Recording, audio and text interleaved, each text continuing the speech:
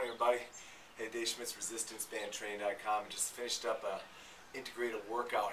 And I've talked to you guys a lot about integration. Well, I'm going to come at you over the next couple months with a lot more aggressiveness in regards to this integration, because I think it's one of the key benefits of resistance band training.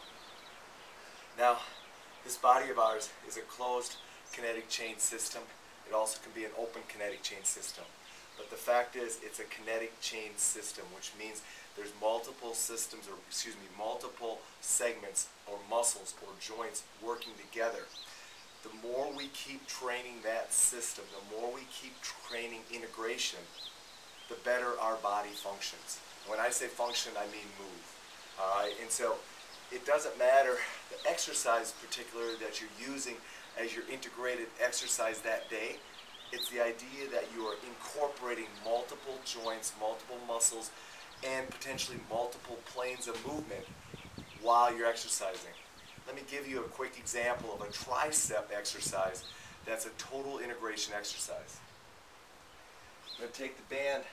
You can see we've got a single band here, alright? Single band systems work great for a lot of integrated movements. We're going to go ahead and take the band up over our head. Now, for most of the non-integrated people, they would go ahead and probably lock their feet in and press out. Now, just because you're standing, you're immediately integrating your trunk. So now you got your lower body involved, you got your trunk involved. Now, if you go to sitting, you eliminate your trunk and your hips and your lower body. So again, that's not what I want.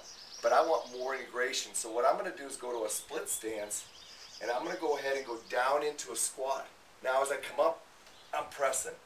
Now my feet are still stationary, but I'm adding mobility with the exercise. So now I'm teaching my lower body how to explode through and press, doing a simple tricep press.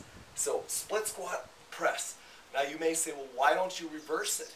Why don't you go ahead and press out as you go down? Well, the reason being is, think about it.